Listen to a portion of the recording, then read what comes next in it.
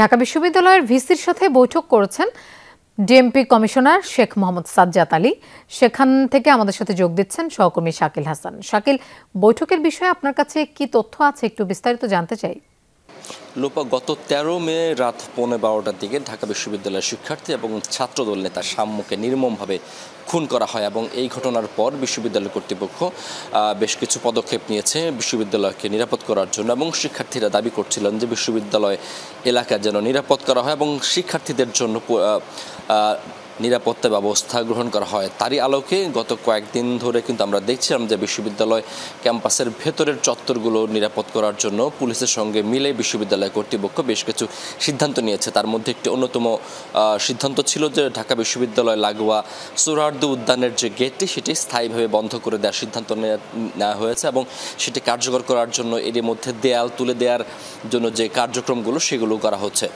তার মানে হচ্ছে ঢাকা বিশ্ববিদ্যালয়ে এই টিএসসির উল্টো পাশ থেকে যে ফটকটি ছিল সোহরাওয়ার্দী উদ্যানে প্রবেশ করা সেটি আর থাকছে না।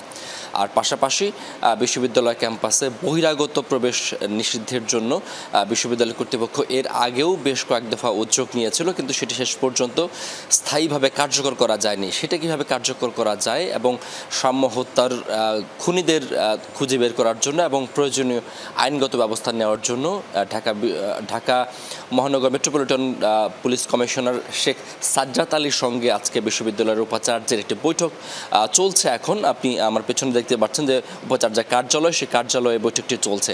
5টার ঠিক কিছুটা পরে ডিএমপি কমিশনার শেখ সাজ্জাদ আলী তিনি উপাচার্যের কার্যালয়ে আসেন। তার সঙ্গে ছিলেন রমনা বিভাগের ডিসি এবং অন্যান্য কর্মকর্তারা, এবং তারা প্রায় এখন পর্যন্ত 40 মিনিটের মতো বৈঠক করেছেন। এবং সেই বৈঠকের এজেন্ডা সম্পর্কে আমি যেটি জানতে পেরেছি যে সৌম্য হত্যাকারীদের খুঁজে তাদের দৃষ্টান্তমূলক আইনের আওতায় নিয়ে আসা এবং বিচারের ব্যবস্থা করার বিষয়টি থাকবে আলোচনায়।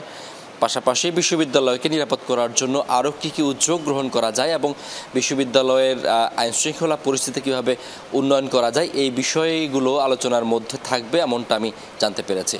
লোপা। শাকিল, আপনাকে ধন্যবাদ আমাদের সাথে যোগ